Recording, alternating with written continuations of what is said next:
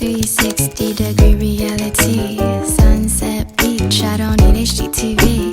I want the real thing, living off a dream. And hello, welcome back, it's Nadia Masyur. Hari ini sesuai sama judulnya, aku pengen ngobrolin yang ringan-ringan aja, yaitu obat totol jerawat. Karena aku yakin masih banyak di luar sana, termasuk aku pribadi, masih sering banget salah yang namanya pakai obat totol jerawat. Karena obat totol jerawat tuh kayak kedengarannya ya udah tinggal ditotol gitu kan. Padahal di balik itu kayak ada banyak yang harus diperhatiin untuk menghindari hal-hal yang tidak diinginkan. Tapi perlu diingat kalau kesalahan-kesalahan ini semua aku rangkum berdasarkan pengalaman di kulit aku pribadi. Apa yang bekerja atau nggak bekerja di kulit aku belum tentu 100% akan ngasih hasil yang sama di kulit kalian. Jadi please cukup jadiin video ini sebagai informasi aja. Jadi kita nggak usah basa-basi dan langsung aja masuk ke kesalahan pertama dalam menggunakan obat totol jerawat. Pertama, urutan pakainya. Jadi aku tuh masih sering banget sih nemuin orang-orang pakai obat totol jerawat itu di step awal skincare. Jadi kayak abis cuci muka, tap-tap ringan, tap-tap kering, terus langsung ditotolin obat jerawat dan lanjut ke skincare selanjutnya. Yang mana menurut aku logikanya adalah ketika kita pakai obat totol yang paling awal di step pertama skincare, terus kita pakai skincare berikutnya, otomatis si obat totol jerawat yang ada di dasar itu bakal kegeser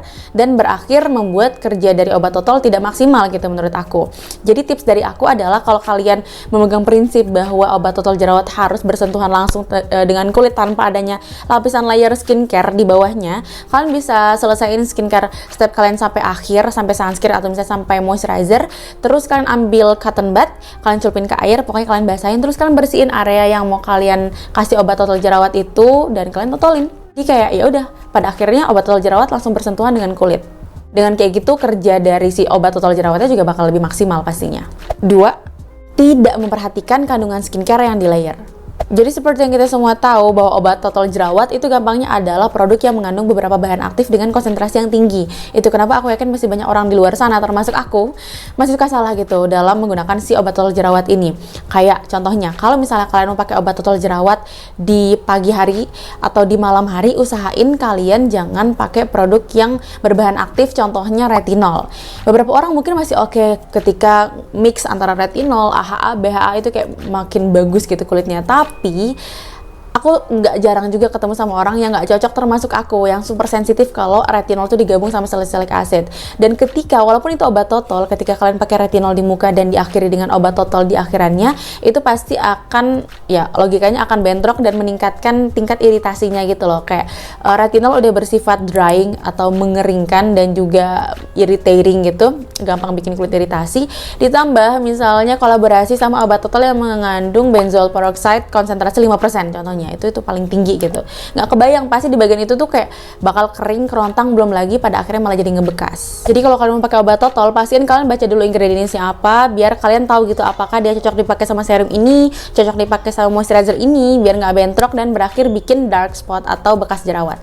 Yang ketiga, tidak memperhatikan waktu saat digunakan. Nah, poin ini itu berhubungan erat sama poin 2 tadi. Jadi ketika kita mau pakai obat totol, pastiin kita perhatiin waktu untuk pakainya. Kalau saran terbaik aku adalah pakai di malam hari. Kenapa? Karena kalau di pagi hari itu balik lagi karena konsentrasi dari obat totol jerawat itu tinggi, apalagi bahan aktif, kan itu bisa meningkatkan sensitivitas kulit terhadap sinar matahari. Jadi otomatis ketika kita pakai keluar dan kita pakai beberapa spot yang ada spot itu jerawatnya hilang dan berakhir bikin bekas jerawat. Tapi itu balik lagi ke keadaan kalian, apakah kalian mau keluar rumah atau enggak. Kalau kalian stay di rumah aja, ya pakai aja obat totolnya, nggak masalah. Yang keempat, ini aku sering banget lihat orang-orang pada ngelakuin hal ini.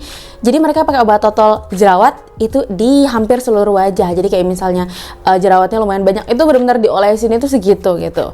Nah, hal ini setelah aku baca-baca juga dan aku lihat pendapat beberapa dokter juga, ini sangat tidak direkomendasikan. Kenapa? Karena balik lagi tadi yang aku bilang kalau konsentrasi obat totol jerawat itu tuh biasanya diformulasikan dengan konsentrasi yang cukup tinggi. Jadi kayak emang dirancang untuk nyembuhin spot-spot aja gitu. Jadi ketika kita pakai benar-benar langsung di hampir seluruh bagian wajah, itu akan kemungkinan bikin kulit kita jadi kering, benar-benar kering di area situ aja, terus ngelupas. Kalian nggak mau kan dan nggak pengen pasti. Kayak yang lainnya lumayan lembut, terus di bagian situ kayak patchy sendiri, pasti nggak enak. Jadi itu kenapa jangan menggunakan obat total jerawat di seluruh wajah. Nah, sekarang kita ngomongin kandungan dalam obat total jerawat yang sebenarnya itu lumayan banyak. Beberapa contohnya itu kayak ada hidrogen peroxide yang efektif kalau nggak salah di konsentrasi 2,5-5%. Terus kandungan ini tuh memang lebih diperuntukkan untuk kulit yang kalau bisa nggak kering dan nggak over sensitif. Kenapa? Karena biasanya efek samping dari hidrogen peroxide ini tuh jadi kering di area itu. Itu kenapa baca ingredientsnya jangan pakai semuka. Terus yang kedua, selain itu ada salicylic acid yang kalau nggak salah efektif di konsentrasi 1-2%. Dan salicylic acid ini salah satu favorit aku juga karena memang dia masih lebih gentle dan lumayan cepet ngeringin jerawat aku tanpa bikin bekas yang gimana-gimana. Itu at least di kulit aku. Dan dia juga ke semua tipe kulit masih oke-oke aja.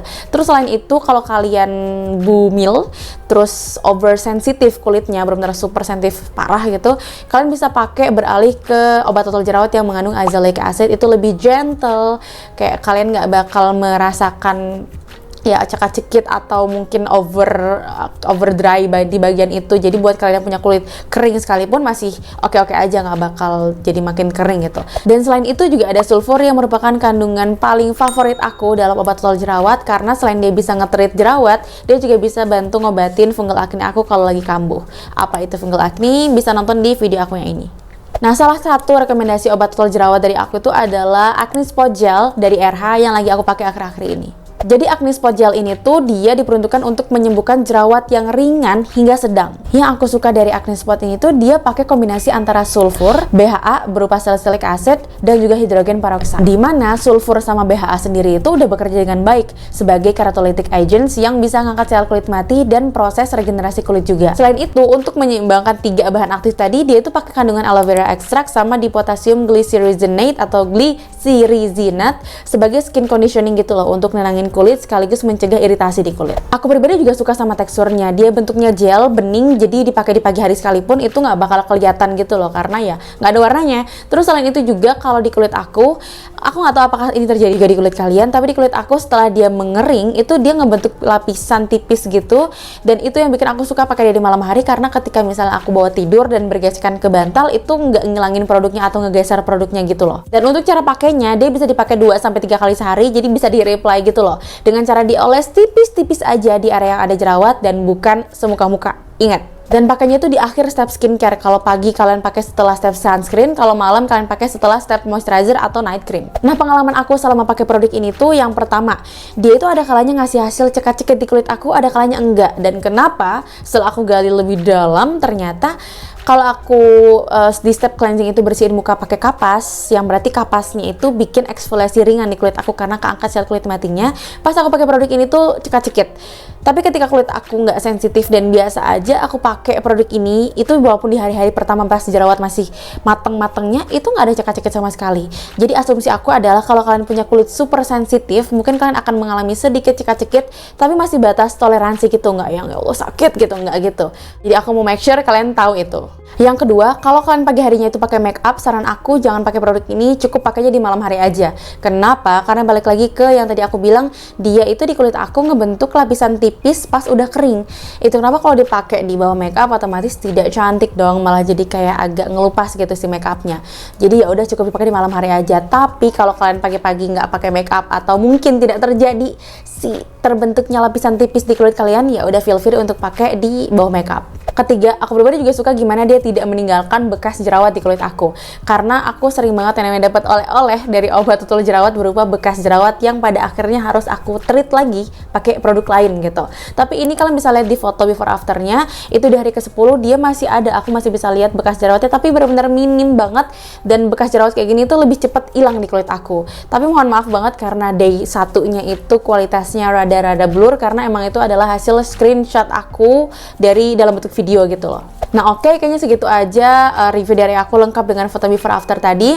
Kalau kalian tertarik buat cobain produknya, kalian bisa langsung cek description box di bawah, di sana udah lengkap, ada linknya. Dan kalau kalian ada pertanyaan lebih lanjut, bisa langsung drop di kolom komentar atau mampir ke Instagram aku @nadiamasyhur supaya kita bisa ngobrol lebih lanjut. Nah oke, kayaknya segitu aja. Terima kasih banyak udah nonton video aku. Thank you so much for watching and I'll see you next time. Bye bye.